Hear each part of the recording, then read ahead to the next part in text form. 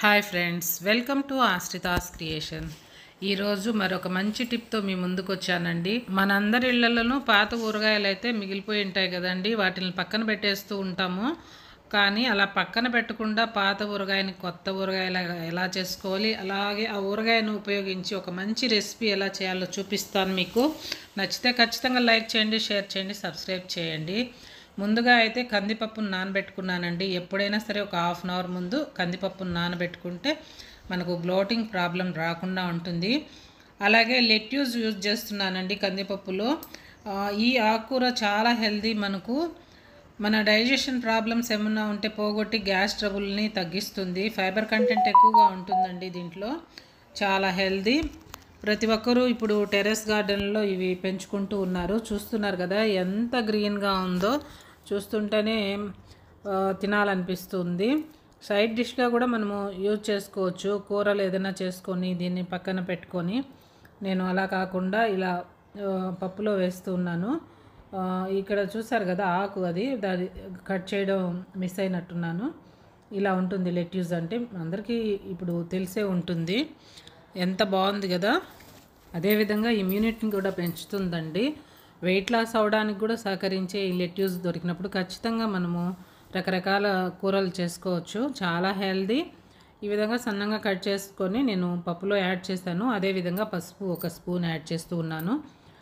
పసుపు కూడా నేను ఇంట్లో రెడీ చేసుకునిందేనండి. యాక్చువల్గా నాకు పసుపు కూడా టెర్రస్ గార్డెన్లో వస్తుంది, మరీ ఎక్కువ కాదు, 2-3 కేజెసే. ఇక్కడ మీరు చూసేది పసుపు కొమ్ములు తెచ్చుకొని నేను మరపట్టించానండి. కలర్ చూసారు కదా ఎంత బాగుందో. అదేవిధంగా ఒక టీ స్పూన్ ఆయిల్ కూడా వేస్తున్నాను పొంగిపోకుండా. ఇవన్నీ కలిపేసి మనము కుక్కర్ మూత పెట్టేస్తే సరిపోతుంది. పప్పులో మనము పచ్చిమిర్చి కానీ టమాటో కానీ ఏది యాడ్ చేయట్లేదండి, గమనించారు కదా. ఈ పప్పు ఉడికేలోపు ఇప్పుడు మనం ఒక మంచి రెసిపీ చూసేద్దాము. మన దగ్గర పాత ఊరగాయ మిగిలిపోయి ఉంటుంది కదా. ప్రతి ఒక్కరూ కలర్ చేంజ్ అయిందనో టేస్ట్ బాగలేదనో పక్కన పెట్టేస్తూ ఉంటారు. నేనేం చేశాను అనేది మీకు ఇప్పుడు చూపిస్తాను చూడండి. ఇలా ఉంది కదా పచ్చడి. పాత ఊరగాయ 1.5 year అయిందండి. మామూలుగా కొన్ని మామిడికాయలు సంవత్సరంలో 2 సార్లు వస్తూ ఉంటాయి, వాటిని తెచ్చి యూజ్ చేశాను. అందుకే 1.5 year అని చెప్తున్నాను. పునాస అని వస్తాయి ఆ కాయలతో చేసిన ఊరగాయ. ఇప్పటికీ ముక్క చూడండి ఎంత గట్టిగా ఉందో. ఇదైతే నువ్వుల ఆవకాయ అండి. దీంట్లో మిర్చి పౌడర్ యాడ్ చేయలేదు, అందువల్ల ఈ కలర్ ఇలా ఉంది. నువ్వులతో చేశాను. ఈ పచ్చడిని యూజ్ చేస్తూ పప్పు చేసుకున్నాము. అదేవిధంగా ఇలా ఉండే ఊరగాయని మంచి కలర్లో ఇప్పుడే పెట్టామా అన్నంత ఫ్రెష్గా మనము రెడీ చేస్తాము. ఎలా చేయాలో చూడండి. మనకు కావాల్సినంత ఊరగాయని ఇక్కడ ఒక బౌల్లోకి తీసుకున్నాను. అదేవిధంగా అల్లం వెల్లుల్లి పేస్ట్ని కూడా యాడ్ చేస్తూ ఉన్నాను. ఒక 2 టీ స్పూన్లు వేసాను. ఈ ఊరగాయ ఎంత కలిపి 1 కిలో ఉంటుందండి.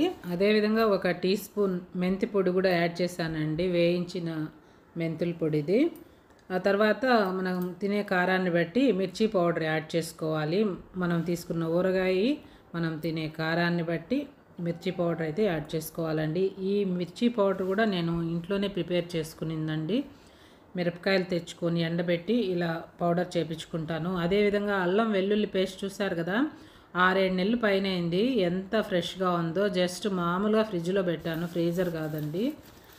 గాజు బాటిల్ ఫ్రీజర్లో పెడితే పగిలిపోతాయి కదా, ఫ్రిడ్జ్లోనే పెట్టున్నాను. ఎంత చక్కగా ఉందో చూసారు కదా. కలర్ కూడా మారదు.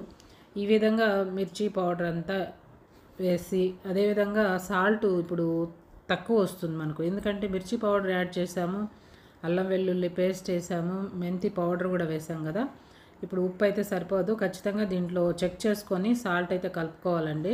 సరిపడినంత సాల్ట్ యాడ్ చేసుకొని ఆ తర్వాత మనము పోపు పెట్టేసుకుంటే సరిపోతుంది. ఊరగాయకి ఏ విధంగా అయితే పోపు పెట్టుకుంటామో అదే విధంగా పోపు కలిపేస్తే సరిపోతుంది. నేను ఆల్రెడీ పోపు ప్రిపేర్ చేశాను.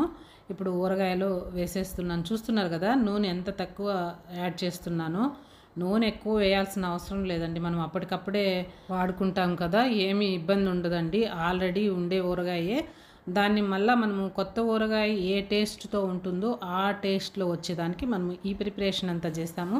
చూసారు కదా ముందు ఎలా ఉంది, ఇప్పుడు ఎలా ఉందో. చూస్తుంటేనే నోట్లో నీళ్ళు ఊరుతున్నాయి నాకైతే. చాలా చాలా టేస్టీగా కూడా ఉంది. మళ్ళీ అన్నంలో వేసుకొని తిన్నాను కూడా.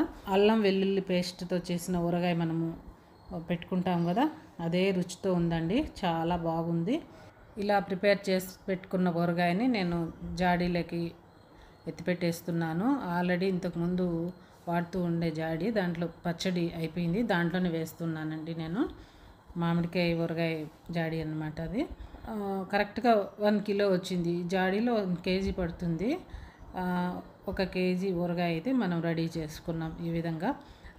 ఎప్పుడు కూడా పాతది అయిపోయింది, మంచి వాసన రావట్లేదు, టేస్ట్ తగ్గిపోయింది అనుకున్నప్పుడు ఇలా చేసి పెట్టుకోండి. చక్కగా మనకు కొత్త ఊరగాయలాగే ఉంటుందండి. నచ్చితే ఖచ్చితంగా లైక్ చేయడం అయితే మర్చిపోవద్దు. మీరైతే ఏం చేస్తారో కూడా నాకు కామెంట్ చేయండి. పప్పు ఉడికింది, మూత తీసాను కుక్కర్ది. చూడండి ఎలా ఉందో. ఈ లెట్యూస్ మాత్రం ఎక్కడ దొరికినా మీరు వదలకుండా తీసుకోండి. చాలా హెల్త్ బెనిఫిట్స్ ఉన్నాయి దీంట్లో. ఈ ఉడికిన పప్పులో తగినంత కారం కూడా యాడ్ చేస్తున్నాను నేను ఇక్కడ. ఎందుకంటే నువ్వుల ఆవకాయ కలుపుతున్నాము ఈ పప్పులో, దాంట్లో కారం అనేది ఉండదు. చూడండి, ఒక చిన్న కప్పు తీసుకున్నాను.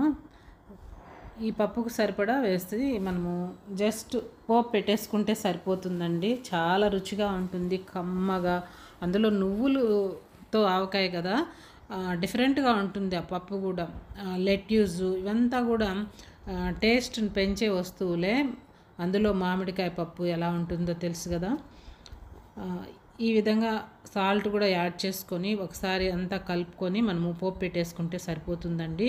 ఇక్కడ మనము టమాటో కానీ చింతపండు కానీ ఏమీ యాడ్ చేయట్లేదు, ఊరగాయ వేసాము.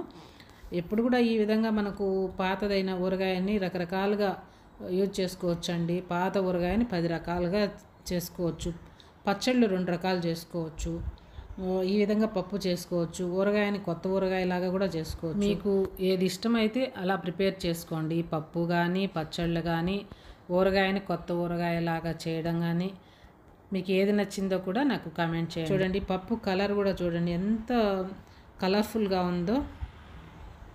పప్పుని ఇలా మెదుపుకున్న తర్వాత ముందుగా ప్రిపేర్ చేసుకున్న ఈ పోపుని ఆ పప్పులో కలిపితే సరిపోతుందండి.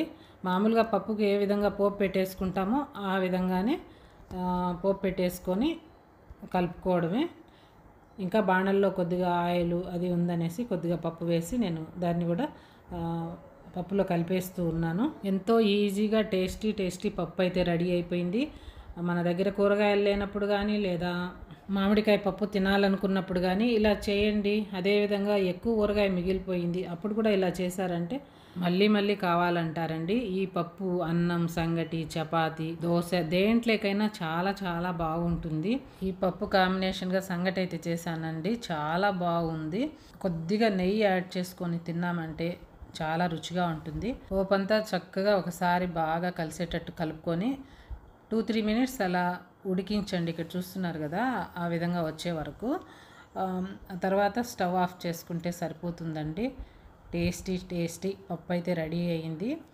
ఇప్పుడు నేను సంగటి చేశాను. సంగటిలో కొద్దిగా నెయ్యి కూడా యాడ్ చేసుకొని దాంట్లో పప్పు వేసుకొని తింటున్నాను. చాలా రుచిగా ఉందండి, చాలా బాగుంటుంది. మీరు కూడా ఒకసారి ట్రై చేయండి. ఎలా వచ్చిందో నాకు కమెంట్ కూడా చేయండి. మన ఛానల్లో మంచి వీడియోస్ ఉన్నాయి, ఒకసారి చెక్ చేయండి. నచ్చితే ఖచ్చితంగా లైక్ చేయడం మర్చిపోకండి. ఇదేనండి ఈరోజు video. Thank you for watching.